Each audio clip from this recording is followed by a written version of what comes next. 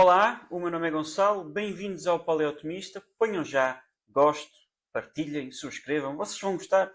Então, continuamos esta série nova, estamos no segundo episódio, a história de um doutoramento em que eu vou falando como é que se faz, eh, como é que se estuda hoje em dia São Tomás, como fazer isso, partilhando a minha própria experiência. Eu sou aluno de doutoramento, estou a fazer o meu doutoramento, tenho uma bolsa integral, portanto, o meu trabalho é fazer o doutoramento. E o doutoramento é sobre São Tomás, sobre a quarta via de São Tomás de Aquino e sobre a interpretação do Frei João de São Tomás. Podem ver o primeiro episódio desta série para mais pormenores. Vou tentar pô-lo aqui. E hoje o que é que vamos fazer? Vamos falar primeiro do estado da investigação, como é que ela vai, desenvolvimentos. Depois, horário, como é que eu ponho este trabalho num horário concreto, organização do tempo. Segundo, as leituras que isto implicou neste mês. E terceiro, melhor, quarto, outras novidades académicas que têm naturalmente a ver comigo, com São Tomás. Portanto, estão interessados? Bora lá.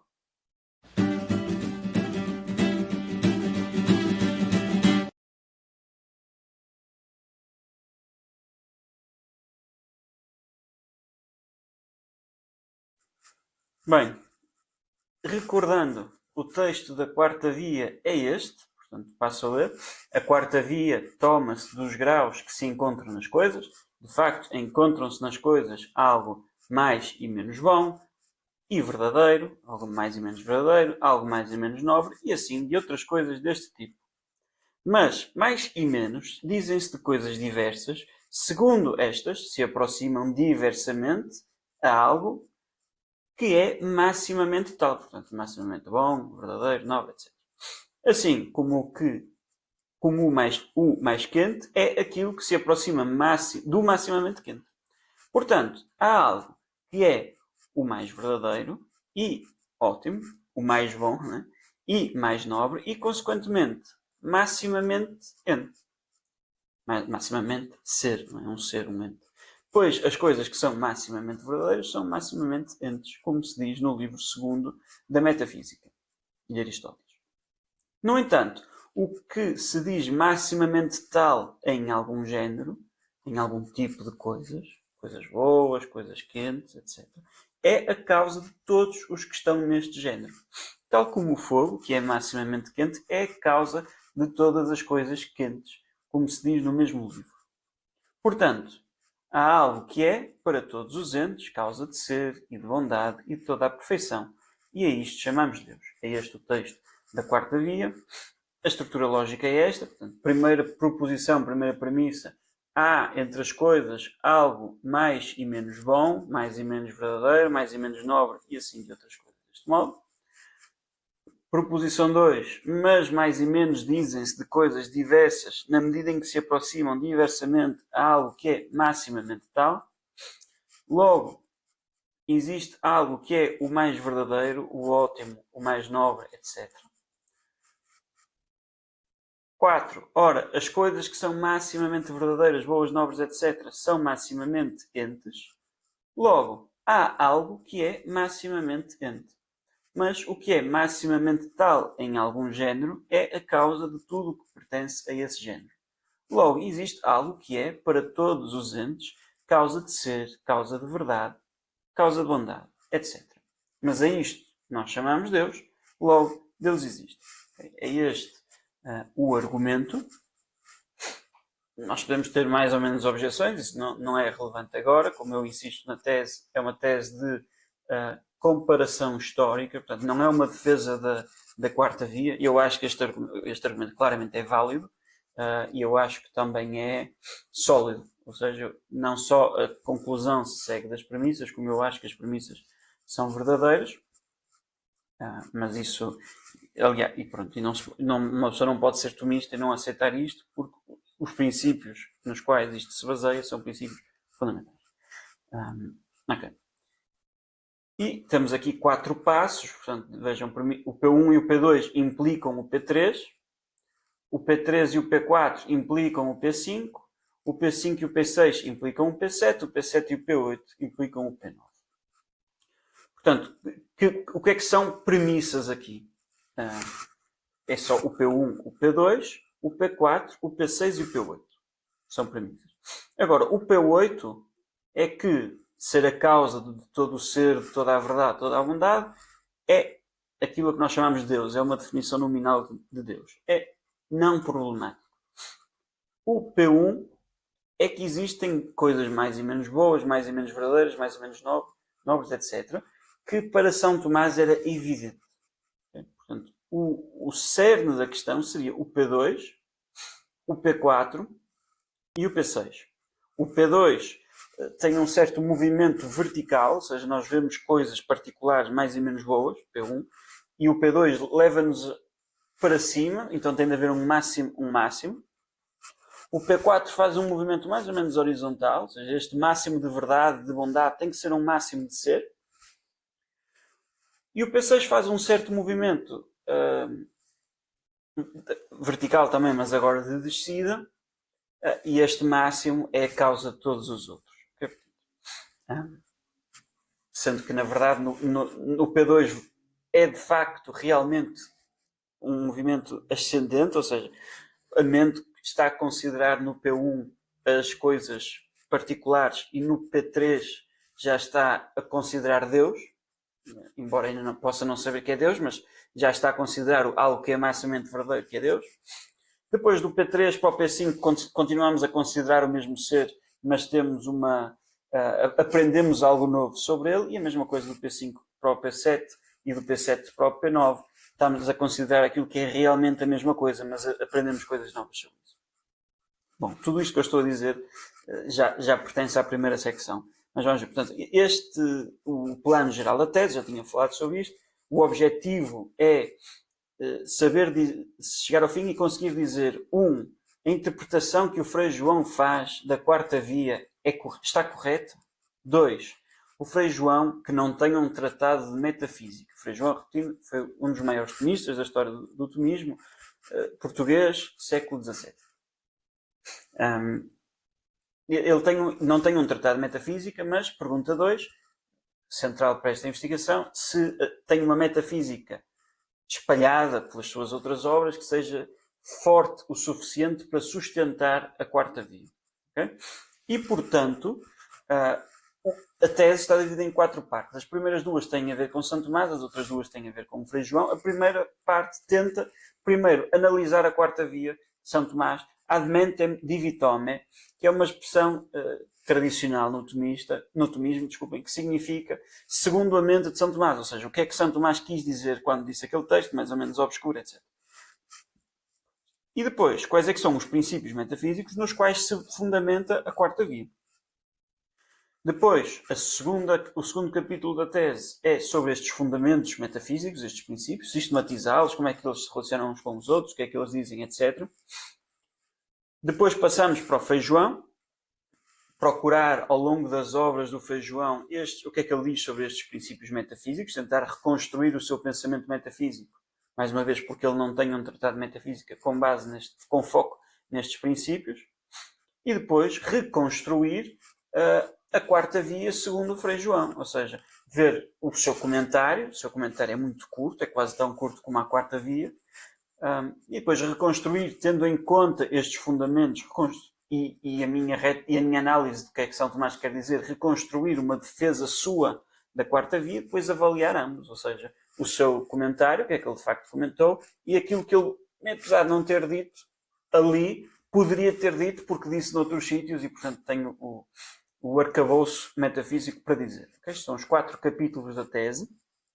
É isto que eu tenho de fazer até maio, lá quando é que é para entregar, de 2028. Este mês, janeiro, é para acabar, depois tenho mais tempo para rever, mas é para entregar e submeter à revisão dos meus 2 orientadores, é este primeiro capítulo.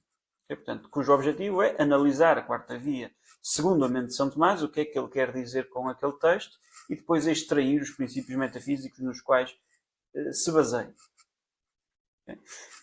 Então, é este o objetivo, é isto que eu, no momento em que estou a gravar este vídeo, ainda estou a rever, já escrevi, estou a rever, há uma outra nota de rodapé que tenho de acrescentar a referência, que não pus o número da página, tenho que tratar disso, mas estou mais ou menos dentro do calendário. É este o estado da minha tese. Okay? Esta parte está basicamente completada. E o que é que eu digo aqui? Este capítulo divide-se em 5 secções. Secção A, um comentário ad literam, ou seja, este é o texto da quarta via. Só analisando este texto, analisando a sua estrutura lógica, os conceitos, sem olhar para outras coisas que São Tomás diz, ou para coisas que outras pessoas dizem sobre São Tomás, o que é que eu posso concluir? Não é? O que é que nós podemos concluir só lendo isto com atenção? E questões é que são levantadas que não se conseguem responder. Depois de enumerar estas questões, eu enumero 7 questões, passamos para a segunda secção, secção B, em que eu revejo a literatura secundária. O que é que outros tomistas têm a dizer sobre a quarta via, mas eu foco nestas 7 questões. Senão, então, quando vamos aos escolásticos que estão a responder, focam os seus comentários em objeções concretas.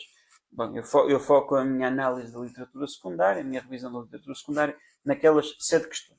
Okay? Portanto, este capítulo, esta secção B, tem 7 divisões. A primeira divisão é a primeira questão, a segunda divisão é a segunda questão, etc. Depois, porque estes autores secundários, na sua grande maioria, esmagadora maioria, fundamentam a sua análise da quarta via em textos chamados textos paralelos, versões paralelas. Portanto, a quarta via não esclarece bem este princípio, mas aqui está um texto de São Tomás parecido, e tiram a sua análise. Daí, a seguir eu analiso, não analiso, porque eu contei 28 versões, pelo menos 28 argumentos aos quais eles recorrem, porque autores diferentes usam versões diferentes, e no total eu contei 28. Evidentemente eles não apontam todos na mesma direção, e portanto o foco deste capítulo é dizer, eu traduzi os 28 argumentos e tenho um comentário curto a cada um. Okay? E mais importante do que isso, eu estabeleci um critério e usei esse critério para distinguir destas 28 versões quais é que se aproximam mais e menos à quarta via. Okay? E, portanto, a quarta via tem, evidentemente, um princípio central que eu estabeleço, analiso na questão A, na secção A. Tem um princípio fundamental que eu chamo o princípio de aproximação. Portanto, mais dizer, as coisas são mais boas, verdadeiras, etc. Quanto mais se aproximam ao maximamente bom, verdadeiro, etc. O princípio de aproximação. E partem de graus de perfeições, coisas que são mais e menos verdadeiras, boas, etc. Com base nisto, eu divido estes 28 argumentos em 3 grandes grupos. O primeiro grupo, que eu chamei o grupo alfa, os argumentos alfa, são aqueles que têm o mesmo ponto de partida e o mesmo princípio, portanto, partem de algum grau de perfeição. Não tem que ser bom, verdadeiro e nobre. Pode ser outro, há uns que é beleza, há outros que é outra coisa. Pode ser só bondade, não interessa. Mas parte de graus de perfeição e usa um princípio de aproximação. É mais ou menos, ou diz por primeiro e por segundo, porque se aproxima, porque está mais próximo, o que for, formulações diferentes, claro, do que é maximamente tal, do que é sumamente tal, do que é perfeitamente tal, etc. Estes são os argumentos alfa. Têm o mesmo princípio e o princípio condutor e o mesmo ponto de partida. Depois, os argumentos beta, que não têm ambos estes pontos, o ponto de partida e o princípio condutor, exatamente iguais, mas têm pelo menos um deles numa outra formulação. Okay? Não são tão parecidos como o alfa, mas ainda são bastante parecidos. E depois os gama, os argumentos gama, portanto, são as 3 primeiras letras do alfabeto grego, os gama, que são aqueles que nem têm o ponto de partida nem o princípio condutor igual. Okay? E na verdade estes são argumentos que seria só de olhar para eles eu acho que seria difícil dizer que são versões paralelas da quarta via. Portanto, eu faço uma crítica a grande parte da literatura secundária que se baseia, como eu disse, nestas versões paralelas, mas para eu usar uma versão paralela para comentar a quarta via, eu tenho que saber que ela é paralela. E para eu saber que ela é paralela, eu tenho que saber o que é que ela diz e o que é que a quarta via diz.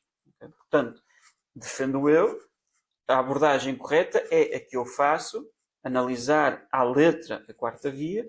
Depois, sim, nós podemos ver quais é que são as versões paralelas, que são de facto paralelas, são de facto parecidas.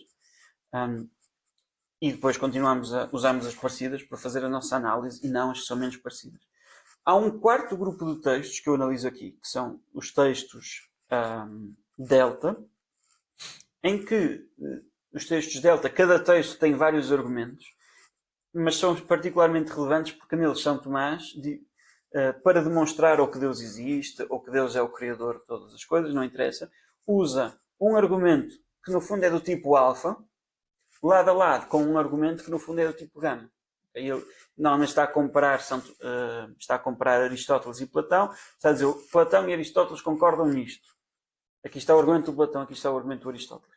E isto mostra-nos que para São Tomás, os argumentos, embora, digamos, materialmente sejam parecidos, o que é que eu quero dizer com isto? Partem daquilo que materialmente é a mesma coisa, que são as criaturas, que são mais ou menos, digamos, boas ou verdadeiras, de um lado, o argumento de Aristóteles, mais ou menos verdadeiras. Do outro lado, o argumento de Platão, são verdadeiras porque participam na verdade absoluta, portanto, são uma verdade participante que participa. Materialmente isto é a mesma coisa. Sou eu, por exemplo. É a mesa, são as criaturas. Mas o facto de São Tomás pôr lado a lado um e outro e dizer eles concordam, é uma evidência de que materialmente eles estão a dizer a mesma coisa, mas formalmente isto são argumentos diferentes. Okay? E São Tomás, em alguns momentos, existe. Esta tese pode-se demonstrar de três maneiras. O argumento de Platão é este, o argumento do Avicena é este, o argumento de Aristóteles é este.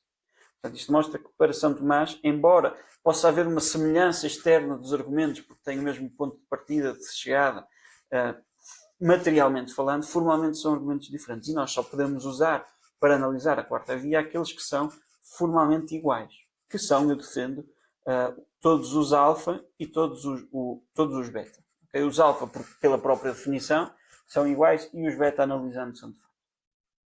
Depois, a quarta secção é uma que a secção D está ausente da literatura secundária. Eu acho que só encontrei um artigo em que alguém se lembrava de mencionar, que é a quarta via tem uma referência explícita à metafísica de Aristóteles, ao livro 2 da metafísica de Aristóteles.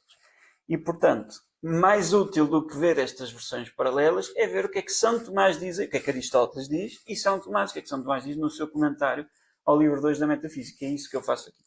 Okay? Analisar este texto de São Tomás. Interessa muito mais o que é que São Tomás acha do que é que Aristóteles de facto acha, aqui para a minha investigação. Depois, tomando de todas estas coisas, portanto, aproveitando os frutos destas 4 primeiras secções, eu faço na quinta e última secção a análise final. A minha resposta às questões levantadas, a minha resposta a mais algumas questões que poderiam surgir entretanto, por causa da revisão da literatura secundária. Há uma grande ênfase em dizer que é um argumento platónico, que eu discordo completamente, e acho que a análise literal, a análise das versões paralelas e a análise do comentário à metafísica mostram que isso é falso. Não é um argumento platónico. Pelo menos, assim, para São Tomás não é um argumento platónico. Depois nós queremos dizer que em Platão tem argumentos parecidos e Santo Agostinho tem um argumento parecido, que provavelmente tem origem platónica, etc. É outra questão. Para dar um exemplo do que é que são estas outras perguntas. E depois, tendo em conta esta análise da quarta via, eu extraio os princípios metafísicos nos quais se fundamenta a quarta via. Okay? E é basicamente isto. Eu não quero agora entrar aqui nos detalhes de vos explicar quais é que são estas perguntas e se quiserem isso, digam nos comentários, posso fazer um vídeo sobre isso. Mas é só para vos dar conta, foi isto que eu estive a fazer nestes tempos. Está aqui, isto tem, não chega a 80 páginas, são 78 páginas. E pronto, estou muito contente, muito orgulhoso. Acho que tenho coisas novas e relevantes a dizer a uma interpretação da quarta via. Estas 78 páginas não conseguem fazer jus e explicar tudo o que há para dizer na quarta via, eu tenho plena consciência disso, mas acho que é relevante. Portanto, esta revisão da literatura, para terem uma noção, o autor mais antigo que eu considero é o Caprelo, que é do século XIV, eu acho, não, XV, eu acho, 1400, acho eu. E o último, não sei qual é que é, estão vivos alguns, não é? Portanto, os últimos são do século XXI. Claro, estes escolásticos da escolástica tradicional não são assim tanto. Tem o Caprelo, o Ferrariensis, o, o Gaetano, o Banhas, pronto, deve ter mais algum, mas sim, não eu planeio, né, depois quando tiver um bocadinho mais tempo, olhar para a escola de Salamanca, etc. Mas foi o que eu consegui fazer. Porquê que eu não olhei mais para esses? Porque vou ter de olhar para esses quando estiver a ver o Frei João, porque o Frei João baseia-se nesses, portanto eu vou ter de fazer isso mais tarde, e portanto aqui foquei mais no século XX, século XXI. Eu li outros autores, li escolásticos contemporâneos, claro, o Padre Bon, o Padre Gret, o Padre Garrigou Lagrange, o Padre Grenier, o Padre Woodbury, mas, bom, e pronto, e é isto. Portanto, última coisa, quais é que são estes princípios? É o princípio de aproximação, isto é o mais importante, é aquele no qual São Tomás baseia.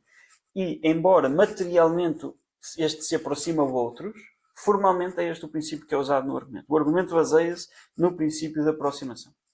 Agora, o princípio de aproximação, ou seja, o argumento é verdade se o princípio de aproximação for verdade. É nisso que ele se baseia. Agora, para o princípio de aproximação ser verdadeiro, há outros princípios que têm de ser verdadeiros. Ou seja, a quarta via, desculpem, usa o princípio de aproximação. É como se fosse o motor da nave, okay? Que a faz descolar, voar, aterrar. Mas para a nave voar é preciso a pista de aterragem. Okay?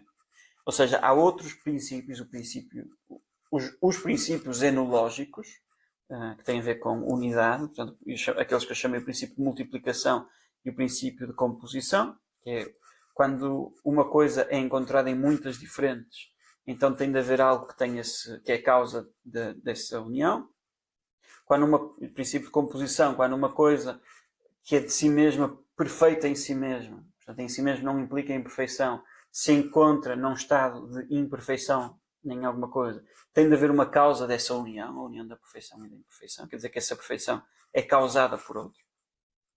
Tem o princípio do regresso limitado, não se pode andar para trás nas causas infinitamente, portanto tem de haver uma primeira que é perfeita. Princípio de participação, e há mais alguns, tinha 7 princípios no total.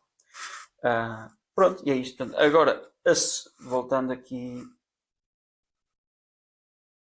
Pronto, este não interessa, mas isto são as perguntas que da primeira secção, depois das quais guiam a investigação. Isso não é isso que eu queria mostrar, queria só. Portanto, estes princípios que eu extraio é o que agora, a partir de agora, fevereiro e março, eu tenho que estudar no pensamento de São Tomás. O que é que São Tomás diz, quais é que são os textos relevantes, como é que ele defende estes princípios, etc, etc. Para depois, no capítulo 3, fazer a mesma coisa no Frei João, onde é que o Frei João fala destes princípios. Estas coisas são aleatórias, okay? Portanto, não são aleatórias como é evidente, mas não é que há uma secção em que o Frei João fala do princípio da aproximação, não é? Ou do princípio de participação. Eu tenho de ver quando ele fala da Trindade, há de ter lá um comentário, tenho que ler tudo o que o Frei João escreveu. Bom, e é isto. É isto que eu vos tinha a dizer sobre esta parte da tese.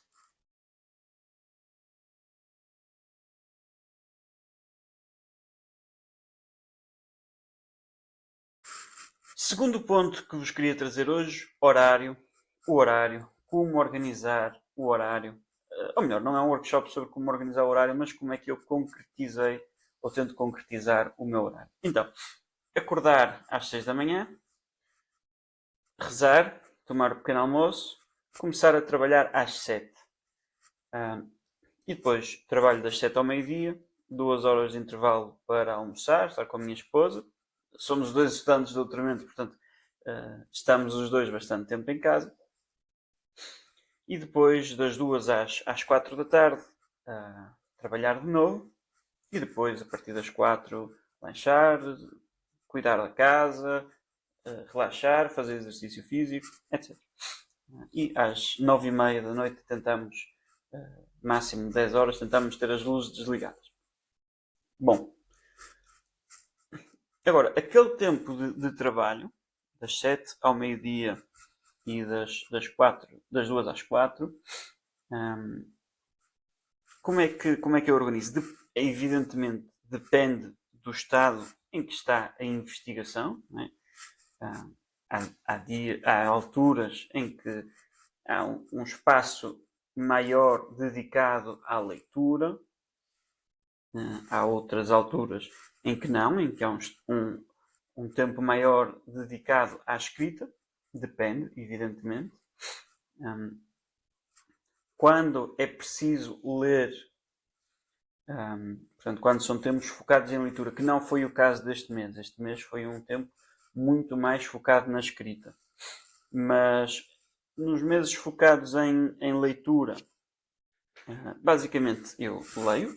A manhã é dedicada, independentemente disso, das 7 às 9 é sempre dedicado a outras leituras e outros trabalhos que eu já lá vou, né? Mas a manhã é dedicada às leituras. E como é que eu leio?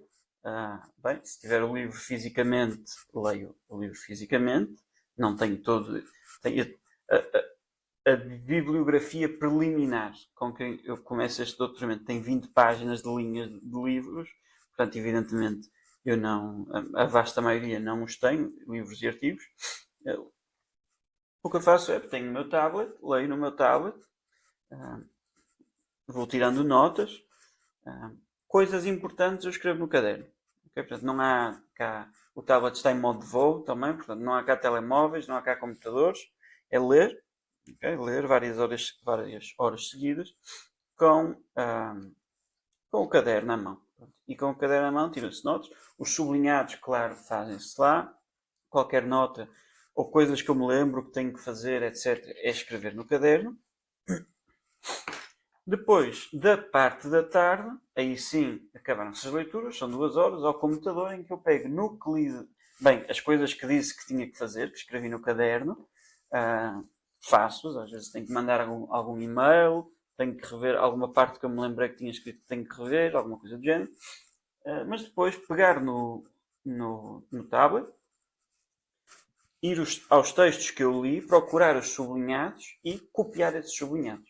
Okay? Faço uma certa distinção entre sublinhados de coisas para procurar depois, sublinhados de frases que eu quero manter. Portanto, vamos imaginar, eu tive que ler uma secção do livro sobre a Trindade, do Padre Thomas Joseph White, sublinhei as partes importantes e depois, no meu Word, eu não uso Word, uso Google Docs, mas no meu documento tem lá uma aba em que tem as leituras e tem as coisas, as minhas impressões da leitura e os sublinhados que eu fiz e ponho lá. Okay? Com as páginas, com as indicações.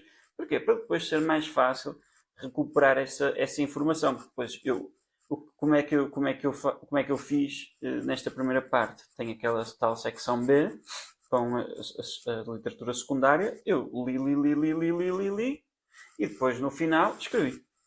Okay? Eu prefiro fazer assim, tenho uma visão.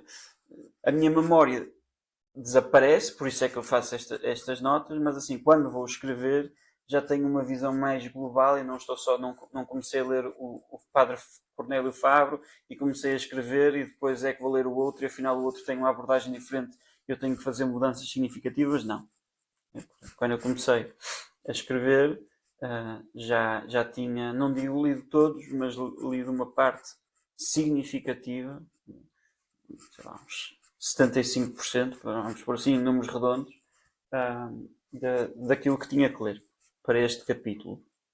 E agora, em fevereiro, vem um novo capítulo e vai ser a mesma coisa. Portanto, eu tenho no meu cronograma 2 meses, se não me falha a memória, para fazer o segundo capítulo e, portanto, eu já sei que o primeiro mês vai ser ler, ler, ler, ler e depois no segundo mês lá se escreve alguma coisa. Bem, isto é o meu horário em tempo de leitura. Em tempo de escrita é escrever. Okay? Portanto, aí não tenho uma divisão particular, é chegar ao computador e escrever, começar a escrever. Em ambos os períodos, portanto, aqueles que exigem mais leitura e aqueles que exigem mais escrita, eu reservo, ou tento reservar, das 7 da manhã às 9, portanto 2 horas, em que eu não me dedico à tese, ou melhor, não me é tempo de trabalho, portanto eu estou-me a dedicar à tese, mas não me estou a dedicar à tese diretamente, ou seja, não estou a ler coisas ou a escrever coisas que tenham a ver com a tese imediatamente, mas são investimentos, digamos assim. E esse investimento é estudar latim. Portanto, eu sei latim suficiente para ler o Frei João, às vezes tenho que usar um dicionário para uma palavra ou outra, e sei latim suficiente para ler São Tomás. Mas pode-se aprofundar, e eu quero aprofundar, e não consigo ler um Santo Agostinho, não consigo ler um Horácio, etc. E quero, e acho que é importante, e que é um investimento na minha carreira, no meu futuro, e portanto dedico algum tempo a isso, normalmente é mais ou menos meia hora. Depois dedico mais algum tempo a ler São Tomás, ok? Não focado neste tema, eu neste momento estou a ler aqui este livro que é Catecismo de São Tomás, e eu neste momento estou a ler o comentário de São Tomás aos Mandamentos. Pronto. E leio pouquinho, leio 15 minutos por dia, um bocadinho mais às vezes, mas é pouquinho. Quando acabar esta obra vou passar para outra, portanto é um objetivo de ler São Tomás todos os dias, porque se não for isto, há dias em que eu não leio São Tomás. Não é? E também estou a ler obras, e é parte do objetivo, que não são o foco da minha investigação e, portanto, nunca teria de ler à partida. Mas lá está, é mais uma vez um investimento no futuro. E depois leio o Frei João. A minha tese tem 2 polos, São Tomás e o Frei João, e leio também um pouco do Frei João todos os dias. Pronto, o objetivo, e isto já é mais diretamente relacionado com o doutoramento, porque mesmo que agora eu esteja a tratar da parte dedicada a São Tomás, depois vou ter de tratar da parte do Frei João e tenho de ler. Aí claro que vai ser mais concentrado, aqui eu leio pouco, leio um artigo por dia. Um artigo podem ser 5 páginas, ok? Portanto, 5 páginas, depende um bocadinho.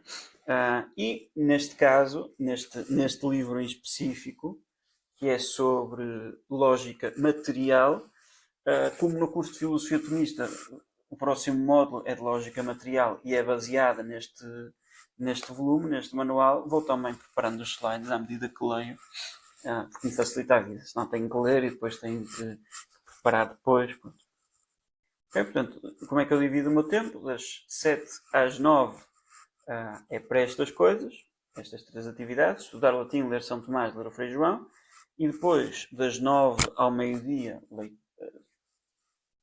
se for um período de leituras, leitura concentrada, se não, escrever, à tarde, escrever.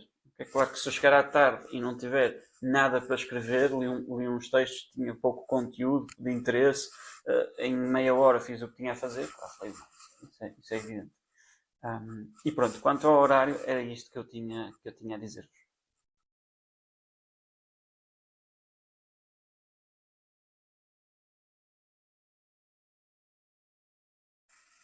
Quanto às leituras, não há assim tanto que eu tenha a dizer. Este mês, como eu disse há pouco a falar do horário, foi sobretudo um mês de escrita. Okay? Portanto, de facto, aquilo que eu tenho lido é as minhas leituras diárias, digamos assim. Portanto, bem, depois de ler a literatura que eu leio de romances não interessa, mas tenho lido isto. Portanto, já li neste mês de janeiro, terminei de ler o Credo, li o Pai Nosso, li o comentário à Ave Maria e agora estou no comentário aos Mandamentos. Okay? Portanto, é isto que tenho. Tenho comentário ao Credo, ao Pai Nosso, comentário à Ave Maria e comentário aos Mandamentos.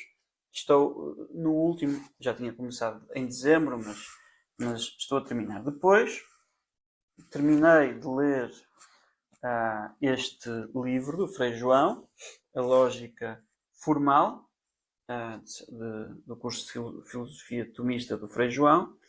Acabei de ler e basicamente eu leio e aqui embaixo é quando eu encontro alguma coisa que pode ser relevante para a tese, ponho um asterisco, sublinho, está aqui, sublinho, ponho um asterisco e ponho um papelinho em baixo para marcar. Okay? Depois hei de passar, ainda não passei por acaso, mas hei de passar tudo para as minhas notas.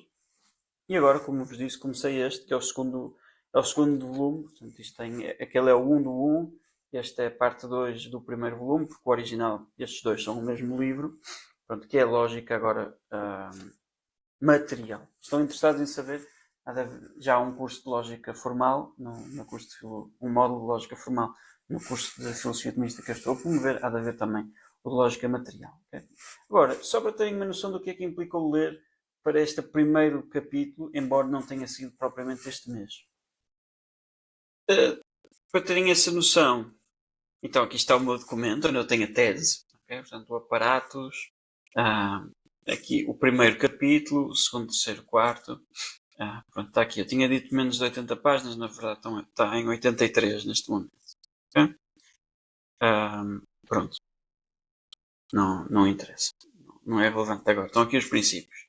Já agora está aqui o primeiro princípio, o princípio de aproximação e depois aqueles nos quais esse se baseia. Estão aqui os 6 princípios. Não tinha dito a causa separada e o princípio de iminência. Bem, agora, tenho aqui bibliografia por tópicos. Okay? Isto é uma confusão. Portanto, mas é esta a bibliografia. Okay? Sobre lei natural sobre teologia natural, desculpa, e a quarta via de São Tomás. Está aqui. Há algumas coisas daqui que eu ainda não li, okay? Porque não são diretamente relevantes. As que se dizem, as que falam de teologia natural em geral, ou filosofia da religião, algumas nem sequer são abordagens tomistas, que são coisas que eu tenho de ter lido no momento de entregar a tese, mas que para a minha análise são perfeitamente irrelevantes. Okay? Tem estas aqui, depois. E esta foi o foco. Depois tem aqui algumas sobre a metafísica de São Tomás, que vai ser o foco agora, em geral, sobre o tópico da causalidade, sobre o tópico da participação, os transcendentais, analogia. E depois alguma bibliografia secundária sobre o próprio Frei João. É coisa pouca, são tudo artigos quase. Há pouca coisa. Daí a relevância da tese. Mas, bom, depois eu tenho aqui os artigos têm a ver com a quarta via, dividir artigos e livros. E estão aqui, os que estão cortados quer dizer que eu li. Okay? Os que estão a vermelho não estão cortados, portanto eu não li e eu não consegui encontrar estes artigos. Ainda não consegui. Graças a Deus, nenhum deles é um artigo essencial. Também havia aqui um outro essencial que eu não conseguia aceder online e pedia pessoas em Roma para irem à biblioteca digitalizar. Por exemplo, estes do Padre Fábio estavam a vermelho e deixaram de estar porque eu arranjei. É isto, ok? E depois, aqui, só para vos dar uma noção, então, para cada uma destas coisas que eu li, nem todas, porque algumas não tinham nada de relevante, e algumas são do mesmo autor, portanto, na verdade é por autor, portanto, o que é que o Padre de One tem este artigo, a existência de Deus pode demonstrar-se, e está aqui a minha. Eu escrevo logo em inglês, que é mais fácil. Na página 738, ele diz isto, está aqui a citação, na página 740, ok? Quando eu vou escrever, é com isto que eu trabalho. Okay? É com estas. Antes, não é propriamente uma ficha de leitura, não é? Mas é com isso que eu trabalho. Okay? Não trabalho já, não vou. Só numa emergência que eu já não percebi bem o que é que escrevi, é que vou lá ver. Mas, regra geral, é com isto que eu trabalho. Tem aqui alguns que são os artigos e depois alguns que são livros. Estão a ver? Tem aqui várias coisas que eu ainda não li porque são tangenciais. Pronto. E este eu não encontrei, portanto também não vou ler. Este, na verdade, já li. Ou seja, a questão aqui, este também, este também. A questão não, ou melhor, sim, a questão aqui são livros. Na verdade, eu não li o livro todo do Padre Thomas Joseph White sobre a Trindade. Li a secção relevante, este também já li. Li a secção relevante. Ok? É isto. Portanto, estão a ver aqui. Aqui eu separei, não li de facto o livro todo porque quero ler, mas isto é redundante. Ok, pronto, só para terem uma noção é muita leitura.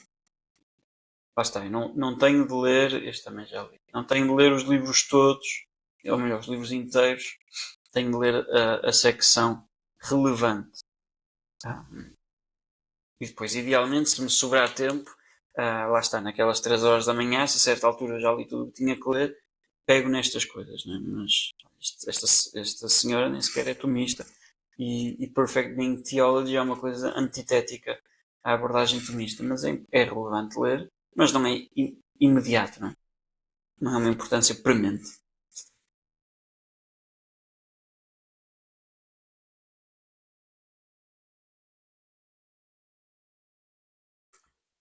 Quase a terminar, muito obrigado pela vossa atenção. Algumas novidades académicas. Há duas que são de facto novidades, há outras três que não são novidades em si, mas como é a primeira vez que estou a falar disto, elas não são novas, mas como é a primeira vez, são novas desde a última que eu falei. Então, estas três que não são assim tão novas, só partilhar, eu dou formação, duas formações no seminário interdiocesano de São José, que é um seminário com as dioceses de Bragança, Bragança Miranda, é uma diocese, Guarda, Lamego e Viseu. E dou lá duas formações, uma aos seminaristas do primeiro ano, chamado propedêutico, sobre métodos de estudo, introdução à lógica, introdução a Santo Tomás, etc. Introdução à filosofia ocidental, etc. Uma formação do ano todo. E depois outra formação aos restantes, e a estes também, mas pronto, aos restantes, sobre São Tomás. E vamos trocando de temas de ano para ano. Este ano é uma introdução à teologia. E pronto, isto ocupa a minha tarde de segunda-feira, semanalmente. Depois, e isto imagino que saibam, quem está a seguir aqui, quem segue no YouTube certamente, quem segue no Spotify ou noutras plataformas pode ser que não, mas se fazem isso, vão ao YouTube e vejam lá, temos também o curso de Filosofia Tomista. E estamos a terminar, ainda faltam algumas semanas, mas estamos na reta final já do módulo de Lógica Formal, que é o terceiro módulo. Começamos com Introdução a São Tomás de Aquino, 5 aulas, depois Introdução à Filosofia, 10 aulas, e agora Introdução não, Lógica Formal, vamos ter, quando este episódio sair já vai ter sido a 15ª aula, e havemos de chegar, talvez chegamos às 20. O plano original era 21, mas acho que vamos ser um pouco mais rápidos. E depois estou também a organizar, a guiar um seminário na Universidade de Coimbra, um seminário extracurricular, com o carimbo, digamos assim, do Instituto de Investigação, mas não pertence ao currículo dos alunos, sobre teologia natural. Portanto, os argumentos para a existência de Deus, natureza de Deus, etc. Pronto. Depois, agora aquelas sim que são novidades. Saiu um artigo meu que eu pus num artigo científico, numa revista científica, não é um artigo no jornal, sobre a beleza em São Tomás, segundo São Tomás, se é ou não um transcendental. Okay? Portanto, é um artigo em que eu contra-argumento contra o padre, o padre Thomas Joseph White, que é o reitor da Pontifícia Universidade de São Tomás de Aquino, onde eu sou estudante, escreveu um artigo há uns anos em que defendia que a beleza é um transcendental, tal como o bom e o verdadeiro, e no fundo o meu artigo é que, bem, é um transcendental, mas não é como o bom e como o verdadeiro. Esses são transcendentais imediatos ou diretos, e este é mediado ou indireto ou outra coisa qualquer. E no fundo, o que é um transcendental? É o centro do artigo. Analisar os argumentos do padre Thomas Joseph White, o que é um transcendental, ver isso em São Tomás, e depois a conclusão é mais ou menos básica. Eu vou pôr o link, a revista científica é de acesso aberto, portanto eu vou pôr o artigo na descrição. E a outra novidade é que me foi pedido para o meu orientador de tese principal é o responsável pela revista do Angélicum, que é uma revista científica, e pediu-me para rever um livro. E portanto, é este livro que eu vou rever, lendo as 5 vias de São Tomás, os argumentos para Deus da Suma de Teologia, e do Peter Weigel, que é um filósofo conhecido hoje em dia, contemporâneo, mesmo, pronto. E saiu agora em 2025, e pronto, e é isto que eu tenho que o ler. A quarta via interessa-me também para o doutoramento, mas eu tenho que o ler.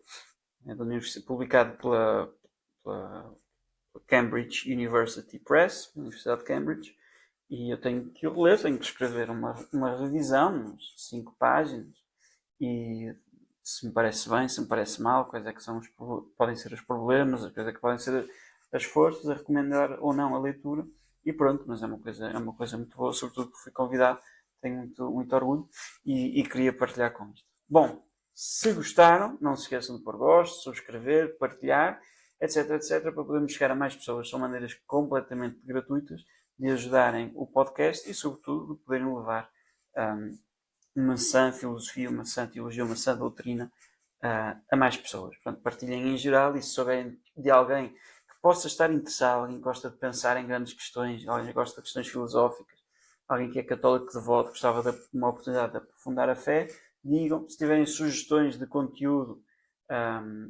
podem pôr nos comentários, ou podem mandar e-mail ou mensagem, ou o que for.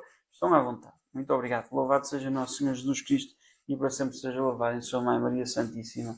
Muito obrigado e até para a semana.